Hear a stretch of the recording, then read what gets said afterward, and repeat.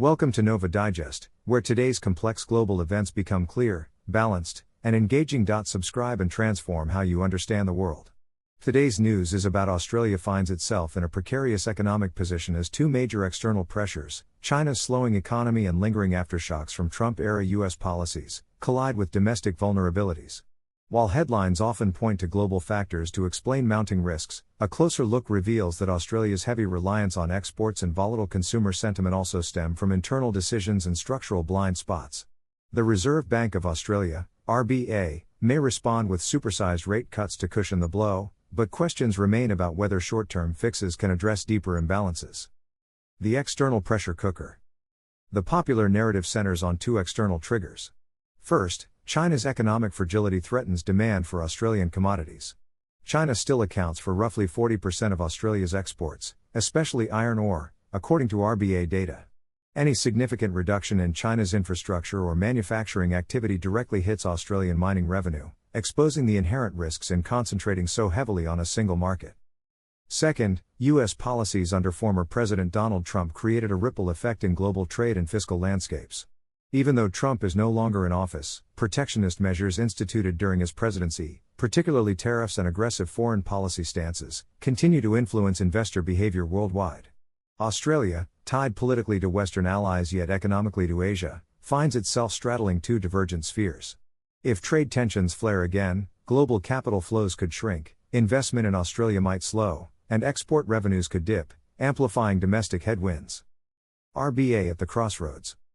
Against this backdrop, the RBA is reportedly poised to implement deeper than usual rate cuts should conditions deteriorate. Historically, Australia's central bank has leaned on monetary policy to temper external shocks, and indeed lower rates often stimulate borrowing and consumer spending. However, some analysts argue that Australia is moving from one reactive stance to another. Following an extended period of low interest rates, rapid tightening in 2022 attempted to combat inflation, which remains above the bank's target. Now, the prospect of a renewed pivot toward rate cuts suggests a cyclical policy pattern that may do little to solve structural issues, such as housing affordability and stalled wage growth, over the long run. Therein lies the risk: a policy seesaw can rattle business confidence. If firms and households expect persistent shifts in monetary policy, they may postpone spending or investment.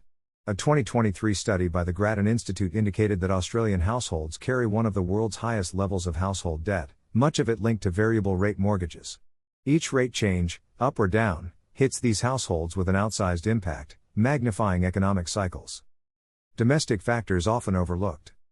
While China's demand and U.S. policy shifts loom large, Australia's own economic model warrants scrutiny. For decades, the country's export-driven prosperity has relied heavily on commodity booms, especially in mining. Governments and businesses have enjoyed the windfall from iron ore and liquefied natural gas sales. Yet diversification has lagged, leaving Australia with fewer buffers when commodity prices slip or external markets weaken. Stagnant wage growth is another homegrown challenge. Despite relatively low unemployment rates, real wages have struggled to keep pace with inflation, curbing consumer spending power. According to an Australian National University report, wage stagnation is partly structural, linked to labour market casualisation and the decline of collective bargaining. This undercuts consumer confidence, a critical driver of economic resilience, yet rarely features prominently in headline narratives that favor dramatic global storylines. Moreover, policy inconsistency further undermines investor certainty. Changes in small business tax incentives, energy policy vacillations, and debates over resource regulations have created an unpredictable environment. The World Bank's ranking on policy consistency places Australia in the middle tier among advanced economies. As the mining sector remains dominant, other high-value sectors, like technology or advanced manufacturing, often fail to gain traction due to a lack of stable, forward-looking policy. The China-US tension and Australia's alignment. Australia's geopolitical stance has long been one of alliance with the US, evidenced by its involvement in security pacts, such as AUKUS, and close intelligence-sharing networks. At the same time, its economic lifeline has been China, the largest buyer of Australian raw materials and an increasingly powerful regional player. This dual dependence creates strategic whiplash.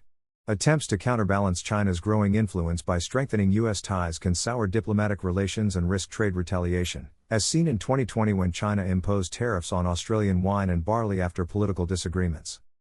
In such an environment, even modest policy changes in Beijing or Washington can ripple through Australian markets.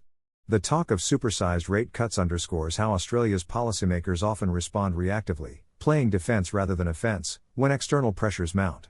Without deeper structural changes, the cycle of vulnerability continues. Power structures and policy gaps. The focus on external blame can obscure the role of powerful domestic stakeholders who shape Australia's economic pathways.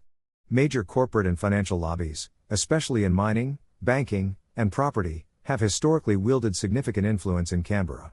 They often push for policies that maintain short-term economic buoyancy, for example, keeping mining lucrative or propping up housing prices, sometimes at the expense of long-term resilience. Smaller businesses, labor unions, and civil society groups frequently find themselves sidelined in these debates. Labor organizations, for instance, have consistently warned about over-reliance on resource exports and called for broader industrial diversification. Yet such calls often go unheard when overshadowed by the immediate profits from commodity sales. This power imbalance can perpetuate a risk-prone economic structure, making external shocks more likely to reverberate at home. Consequences and call to action. The immediate implications for Australian households and businesses include rising uncertainty and potential tightening of credit if the economic outlook worsens. Households already grappling with elevated debt levels could face downward pressure on wages and job prospects. Businesses reliant on Chinese markets may need to explore new export destinations or pivot to domestic opportunities, both of which require time and policy support. Looking ahead, a few strategic choices could bolster Australia's resilience. Export diversification. Incentivize sectors such as technology, renewable energy, and advanced manufacturing to reduce overdependence on commodities. Stable policy environment. Reduce policy flip-flops by establishing bipartisan frameworks on critical areas like energy, infrastructure, and tax to foster a more predictable business climate. Address wage stagnation. Encourage policies that boost real wages, potentially expanding consumer spending and domestic markets. Prudent monetary policy. Balance short-term rate adjustments with longer-term strategies, like targeted fiscal measures, to avoid constantly whipsawing households and businesses. Ultimately, the narrative that Trump's trade policies and China's slowdown are the prime culprits may be incomplete at best. While these forces are real and impactful, Australia's structural vulnerabilities, especially in export composition and household debt, amplify those external shocks. Readers, policymakers, and stakeholders should question easy narratives that externalize blame without acknowledging local failings or missed opportunities for reform. Australia has weathered global turbulence before, but relying exclusively on reactive measures has its limits. If the country is to emerge more resilient, it must confront not only the short-term drama of global politics but also the deeper structural choices that have left it exposed time and again.